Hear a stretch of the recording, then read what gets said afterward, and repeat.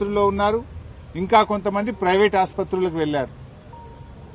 ఇలా ఎక్కడ చూసినా పిల్లలు ఆసుపత్రుల పాలవుతున్నటువంటి పరిస్థితి ఉన్నది.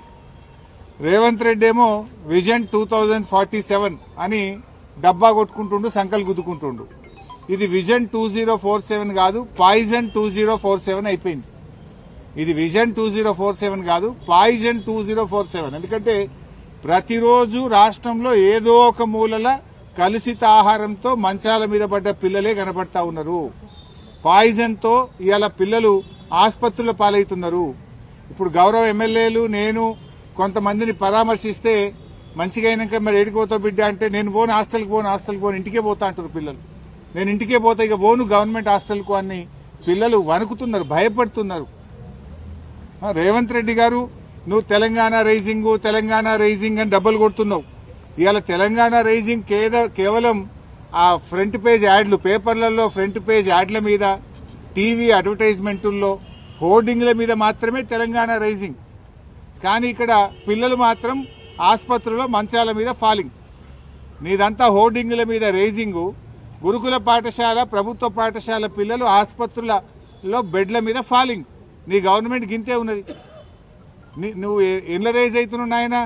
అవినీతిలో రేజ్ అవుతున్నావు, అరాచకంలో రేజ్ అవుతున్నావు, అహంకారంలో రేజ్ అవుతున్నావు, కబ్జాలలో రేజ్ అవుతున్నావు. కానీ ప్రభుత్వ పాఠశాల పిల్లలు మాత్రం ఆసుపత్రుల మీద ఫాల్ అయిపోతున్నారు, మంచాల మీద పడిపోయిన పరిస్థితి వచ్చింది. ఈరోజు కోతలు కోయడం కాదు, రేవంత్ రెడ్డి నోరిప్పితే అబద్దాలే. ఇక మాటలైతే కోటలు దుంకుతాయి. కోతలు కోసుడు కాదు రేవంత్ రెడ్డి. నువ్వు నిజాయితీ ఉంటే గా బడి పిల్లలకు, గా హాస్టళ్లలో ఉండే పిల్లలకు ఇంత కడుపు నిండా అన్నం పెట్టు ఫస్ట్. నువ్వు విజన్ 2047 తొక్కుతా పీకుతా అని పిచ్చకుంట్ల మాటలు మాట్లాడకు. పిల్లలకు ఇంత కడుపు నిండా అన్నం పెట్టే కార్యక్రమం చెయ్యి. మాటలు ఎక్కువ ఉన్నాయి తప్ప అన్నీ ఉత్తముచ్చట్లే. ఏమైనా మాట్లాడితే 20,000 కోట్లతో నేను ఇంటిగ్రేటెడ్ స్కూల్ పెడుతున్నా అంటాడు. 20,000 కోట్లు పెట్టి ఇంటిగ్రేటెడ్ స్కూల్ పెట్టేటప్పుడు అప్పటిదాకా పిల్లలు బతుకుంటే కదా. ఇలా పాఠాలు చదువుకోవాల్సిన పిల్లలు అరచేతిలో ప్రాణాలు పెట్టుకొని బతుకుతున్నారు, గిజగిజలు ఆడిపోతున్నారు. ఇవాళ మేము ఆ పిల్లల్ని మాట్లాడించినప్పుడు ఏం చెప్తున్నారు పిల్లలు? సార్ మాకు అన్నం దొడ్డు బియ్యం వస్తున్నది, అన్నం తినబుద్ధి అయితే లేదు, అన్నం ఉడుకుతలేదు, ఆ అన్నం తింటే కడుపును వస్తున్నది. ఇవాళ సన్న బియ్యం ఇచ్చిన కేసీఆర్ గారేమో ఆనాడు గురుకుల పాఠశాలల్లో గవర్నమెంట్ స్కూళ్లకు సన్న బియ్యం ఇచ్చి మంచిగా కడుపు నుండి అన్నం పెట్టిండు.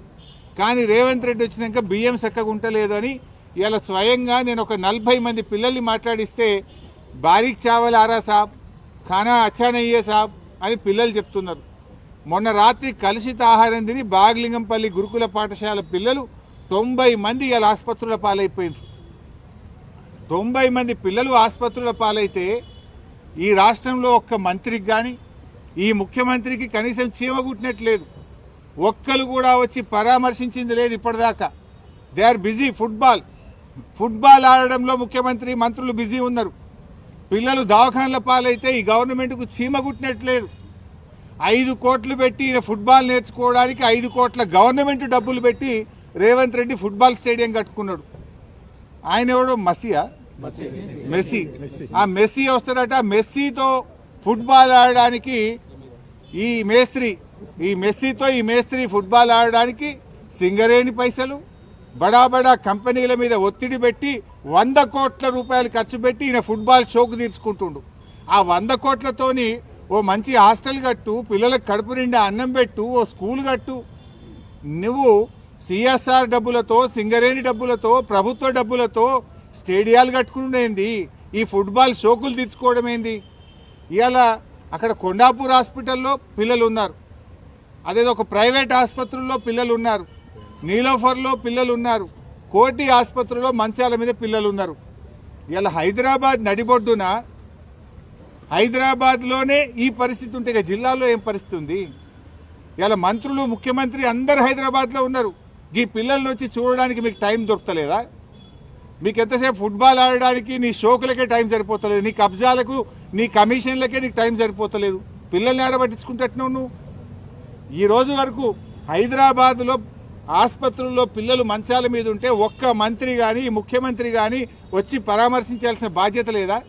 61 సార్లు ఢిల్లీ వేయండి ముఖ్యమంత్రి, 61 సార్లు ఢిల్లీ పోవడానికి టైం ఉంటుంది, నువ్వు పోయి ఫుట్బాల్ ఆడడానికి నీకు టైం ఉంటుంది, కానీ ఈ పిల్లల్ని పరామర్శించడానికి, ఈ పిల్లలకు ఏం జరిగిందో తెలుసుకోవడానికి రేవంత్ రెడ్డి నీకు టైం లేదా అని నేను అడుగుతా ఉన్నా. ఇవాళ నువ్వు ఈ పిల్లల పాలిట పాయిజన్ 2047గా మారిపోయినావు. పిల్లల పాలిట పాయిజన్ 2047గా మారిపోయినావు. మాటల్లో గతంలో కూడా పోయిన సంవత్సరం కూడా ఇట్లే ఫుడ్ పాయిజన్ అయింది. అప్పుడు బీఆర్ఎస్ పార్టీ, మేము మా పార్టీ ఆధ్వర్యంలో గురుకులాల బాట పట్టినాం, ముఖ్యమంత్రి మీద ప్రభుత్వం మీద ఒత్తిడి పెంచాం. అప్పుడు రేవంత్ రెడ్డి అప్పుడు మెల్లగా లేచిండు, కుంభకర్ణుడు నిద్ర లేచినట్టు లేచి అప్పుడు ఏమన్నాడు, లేలే ఇక ఎప్పటి నుంచి అంత గ్రీన్ ఛానళ్ళ పైసలు ఇస్తా, కలెక్టర్లు అడిషనల్ కలెక్టర్లు రోజు హాస్టళ్లలో పోయి పంటరు, ఇక ఎక్కడ జరగది, జరిగితే తోలు తీస్తా అని మాట్లాడిండు. మరి మళ్ళీ ఎందుకు జరుగుతున్నది? నీ గ్రీన్ ఛానల్ ఏమైపోయింది?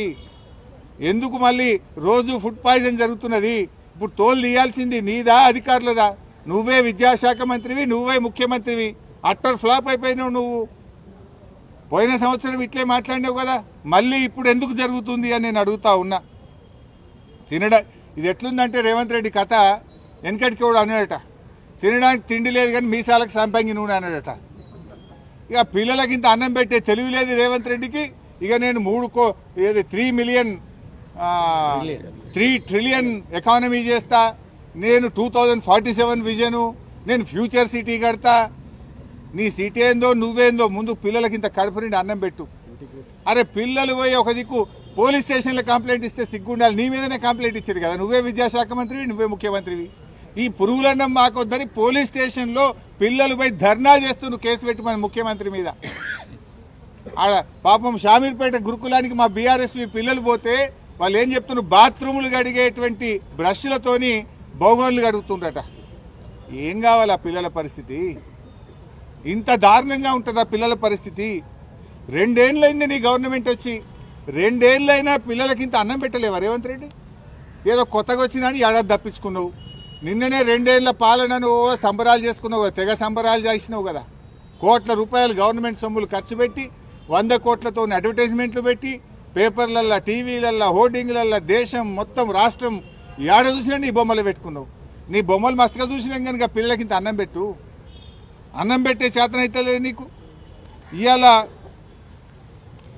రేవంత్ రెడ్డి గారు ఎందుకో ఏమో నాకు అర్థం కాదు, పేద పిల్లల మీద పగబట్టిండి రేవంత్ రెడ్డి. ఆ పేద పిల్లలకు కనీసం, ఇందాక పిల్లలు చెప్తున్నారు సార్, పొద్దుగాల చలికాలం ఆడపిల్లలు వాళ్ళు ఆ సన్నీళ్ళతో స్నానం చేయలేకపోతున్నాం సార్, ఒక గీజర్ పెట్టింది సార్.